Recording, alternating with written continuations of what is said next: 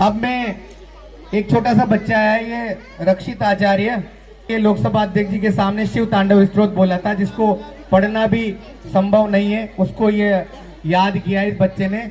टाटवी कलज्जड पवार पावितस्थले गले वनं विनम्बिताम्बुजङ्गडुन्नमालिकां डमण्डमण्डमण्डमण्डिनानवड्डमण्डमयं चकार चण्डनान्दवन्तनूतन शिव शिव चकाटडासन्नबद्धमल्लिन्पदी जडी विलोली चिवल्लरी विराजमानभूतड़ी तगत्तगत्तगत्तिजुलल्ललालिपट्टपावके शोरचन्द्रशेखरे यतिपति श्रीरम्मलादलेन्दनन्दनी विलासबन्धुवन्दिन पुरद्दिगन्तसन्तति मोदमानमासे पाटडाक्षदोडिनी दुदुदरापति सीधे हमरे मोगनोत मेरु वस्तुरे चटाबुलिंग पिंगलस्तरप्रामणि पदम कुंकुमातवा बड़ी बड़ी तथुलोकी दाल सिंधु वस्तलव प्रियमेत नौन भूत भर्तदम भर्त भूत भर्तड़ी शस्त्रो शेष।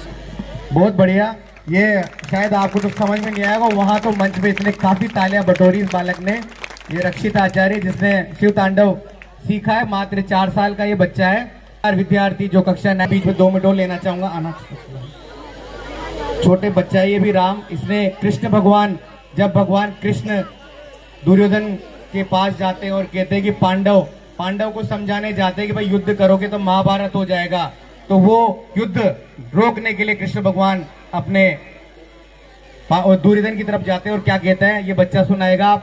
और हिंदी के जो हमारे कावलाजी सर है वो समझ सकते हैं, क्योंकि हिंदी पूर्व शुद्ध हिंदी की रामधारी सिंह दिनकर जी की जो रश्मिरथी कविता है उसका एक गीत बोलेगा राम आचार्य।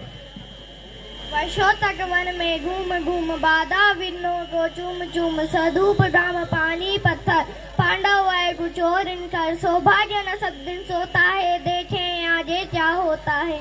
मेथी की राह बताने को, सबको सुमार्ग पर लाने को, दुर्योधन को समझाने को, भीषण विध्वंस बचाने को भगवान हस्तिनापुर आए, पांडव का संदेशा लाए। दो न्याय अगर तो आधा दो, यदि इसमें भी कोई बाधा हो तो केवल दे दो 5 राम, रखो धरती अपनी तमाम, हम वही खुशी से खाएंगे, परिजन पर असीना उठाएंगे। और दुर्योधन वे भी दे न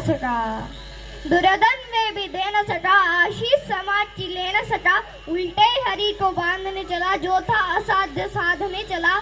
जब नाश मंजूर पर जाता है पहले विवेक मर जाता है, जब नाश मनुष्य पर जाता है पहले विवेक मर जाता है। हरि ने भीषण हुंकार दिया, अपना स्वरूप विस्तार किया, डगमग डगमग डिग्गर डोले, भगवान कुपित होकर बोले, जंजीर बढ़ाकर बांध मुझे, हाँ हाँ दुर्योधन बांध मुझे। यह देख गगन मुझ में लय, यह देख पवन मुझ में लय, मुझ में विलीन संसार सकल, मुझ में लय झंकार सकल।